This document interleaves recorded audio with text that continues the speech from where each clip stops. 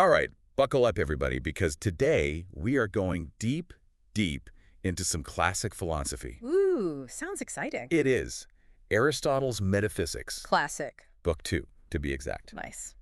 And full disclosure, we're working from a translation here. Of course. But even through the, the layers of translation, Yeah. the ideas are they're so powerful, and they really do, they transcend time and language, Sure. So our mission, should we choose to accept it, I do.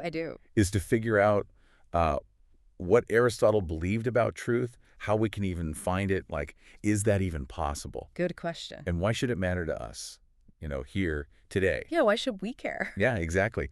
And it's interesting because these writings are ancient, obviously, but the questions he was asking are still so relevant today. Oh, absolutely. Like, how do we know anything? Right. What are the limits of, like, what we can even understand about the world? Totally. And he did not shy away from, like, really tackling those questions head on. No, he did not. I mean, at one point, he even compares truth to a door that everyone bumps into. Okay. So you think, okay, that's simple enough. Right. But then he throws in this curveball where he compares our minds to bats' eyes in sunlight. So it's like, what's going on there? That's a pretty strong image. Yeah. A little humbling. Yeah. But I think he's getting at something really deep there, which is like acknowledging the limitations of each of our own perspectives. Right. Like, we all have our blind spots. We all have our baggage or preconceptions that shape how we see the world. So are we all just, like, stumbling around in the dark then? Kind of, yeah. Like bats trying to make sense of the world in, broad daylight? Maybe. But if that's true, then how can we even begin to understand truth if we're all so limited? Well, that is where things get really interesting. Okay, lay it on me. So Aristotle argues that no one person has the complete picture.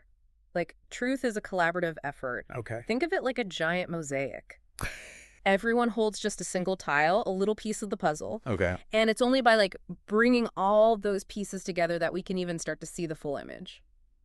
That makes sense. Yep. But wait, are you saying, like, that we should listen to everyone's opinion, even the people that, like, we might think are totally off base? Yeah. Doesn't that just lead to, like, a free-for-all where any idea is just as good as any other idea?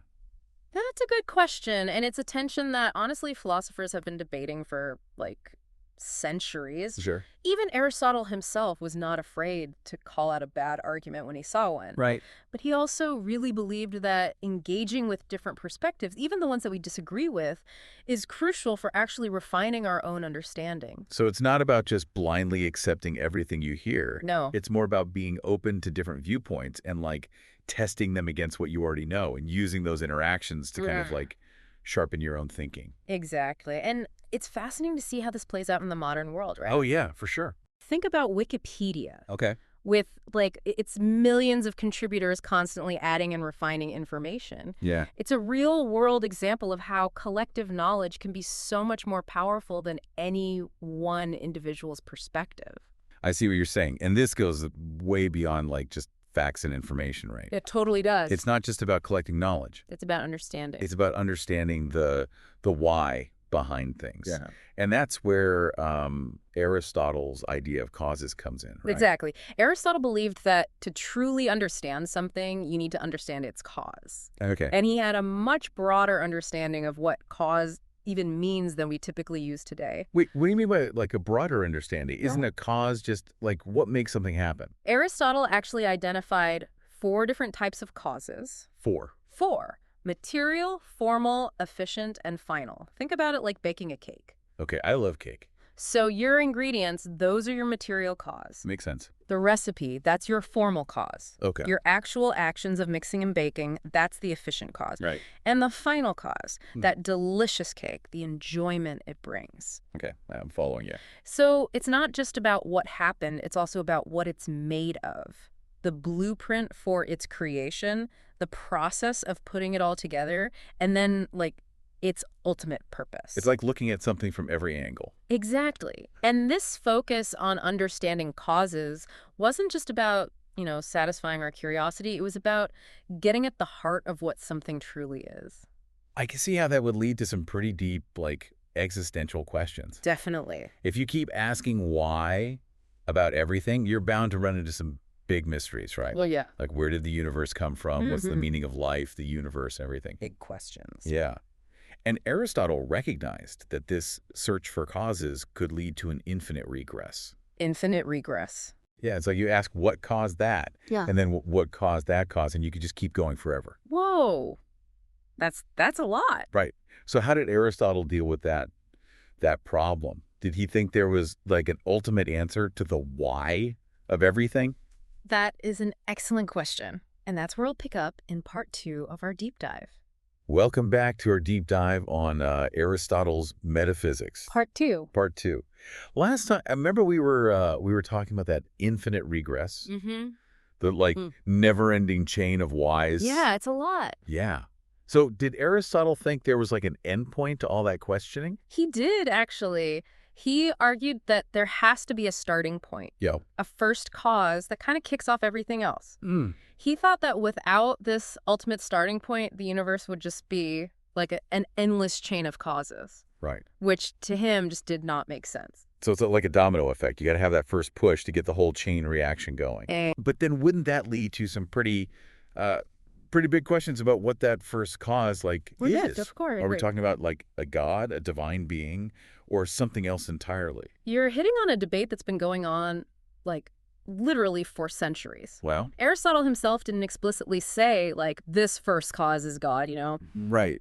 But his ideas definitely paved the way for later theological discussions about like where the universe came from and the nature of, a creator. It's pretty mind-blowing. It is. Okay, so we've got truth as this collaborative puzzle, the limits of our own perception, understanding causes, and now this idea of a first cause. It's a lot. Yeah, Aristotle covered a lot of ground. He really did, but he didn't stop there, right? Oh, no, not even close. He also had like a whole lot to say about how we learn and the role of language in that whole process. Absolutely. So he actually recognized that how people learn is really affected by what they're already used to, their habits, their preferences. He even uses this example of law, saying that sometimes what we believe about the law is actually stronger than what we actually know about it. That's so true. Like, I know people who need to see a diagram, like a visual representation, to like get a concept. Visual learners. Yeah. Yeah. Whereas other people need to hear like a real life story or something. We all have different learning styles. Exactly. And Aristotle was super aware of this.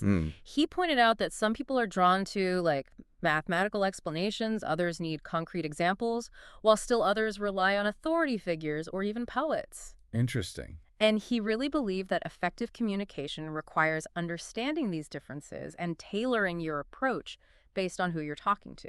It's almost like we each speak a different learning language, and sometimes we get like lost in translation. I love that. It kind of makes you wonder how many disagreements come from just not communicating very well.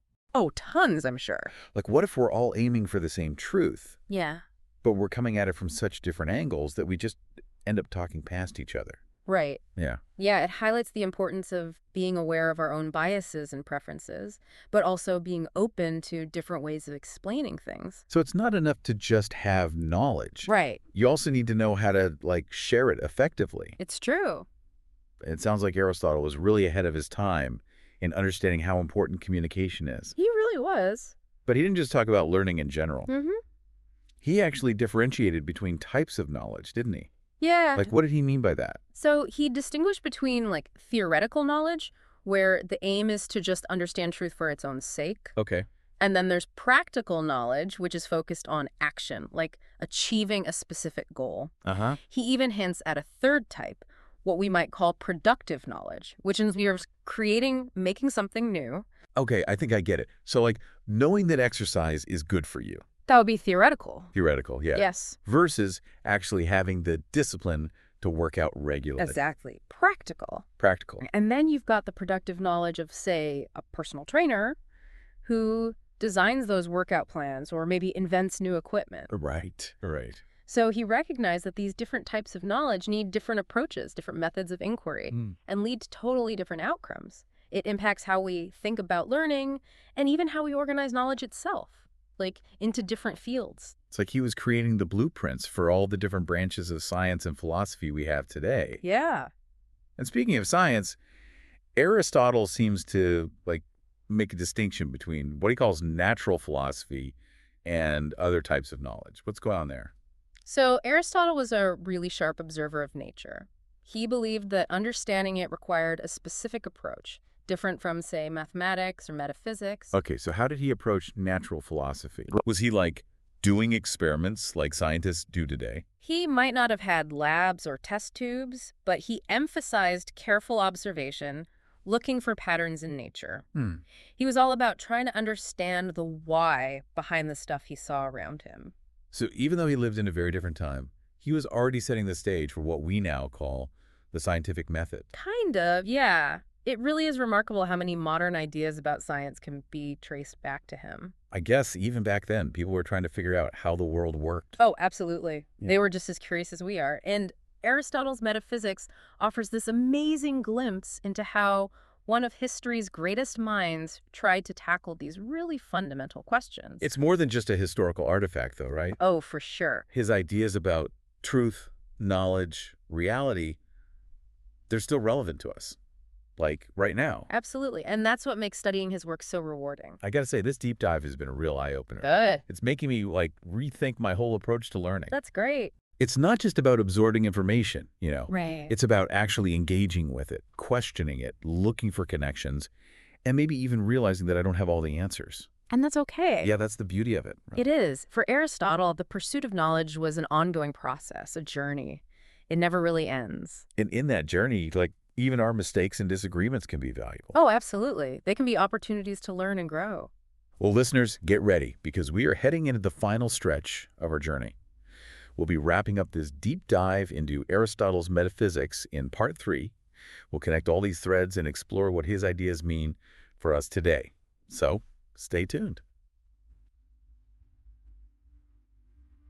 All right, welcome back, everyone, for the final part of our deep dive into Aristotle's Metaphysics, Book 2.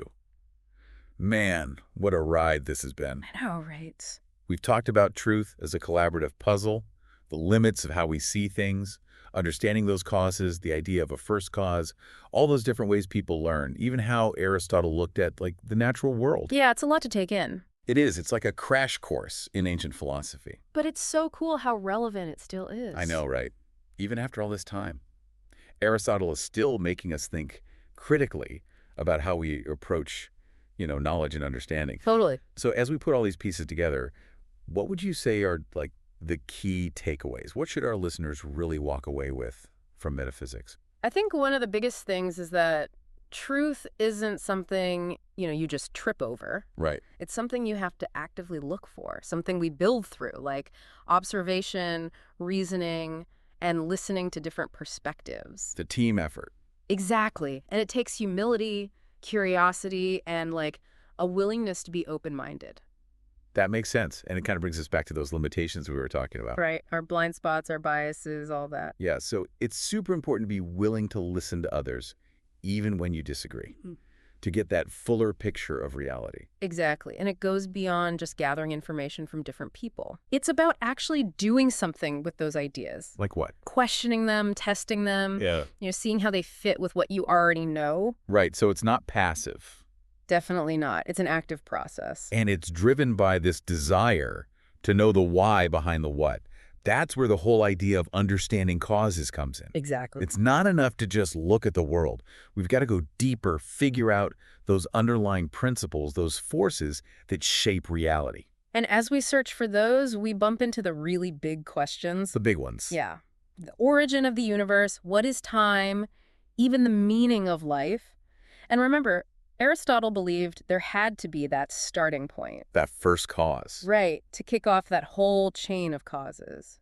It's a fascinating idea, but it definitely makes you think. It does. And it seems like people are still debating that first cause today. Oh, yeah, definitely. Whether it's religion, science, or philosophy, people are still grappling with that question. And Aristotle didn't give us a concrete answer about what that first cause is, but his work encourages us to keep asking those big questions. Absolutely. To keep searching for a deeper understanding of the universe and where we fit into it all. Exactly. So, wow, we covered a lot. We did. From truth being a team effort to understanding those causes to the very essence of what's real, what do you think Aristotle would say about our world today? All this technology, all this information. Ooh, good question. Do you think he'd be excited about how far we've come? I think he'd be, like, fascinated Mm. and maybe a little overwhelmed. Yeah. He'd love all the progress we've made in science and technology. You know, how we can look deep into space and figure out the secrets of the human body. Right. But I also think he'd worry about all that information becoming too much. Like information overload. Exactly. Like, we could get so lost in the data that we lose sight of those big questions. The ones about truth and meaning. Yeah. We almost need to, like, rediscover how important critical thinking is. Especially now when there's just so much information out there. Exactly. Aristotle reminds us that real knowledge isn't just about collecting facts. It's more than that. It's about engaging with ideas, being open to different views, and always refining how we understand the world. It's about, like, the journey of learning. And knowing that truth is a process, not a destination. So one last thought for our listeners. If Aristotle could give us one piece of advice, what do you think it would be? Keep asking questions, don't ever stop. Never stop learning. And remember, finding truth is a team sport. We're in this together, and on that journey, we discover incredible things about ourselves and the universe. I like that. Well said. So to everyone listening, stay curious, keep exploring, and don't be afraid to ask those big why questions. Maybe you'll even find that door of truth Aristotle was talking about. Thanks for joining us on this deep dive. Keep searching for knowledge and keep searching for meaning.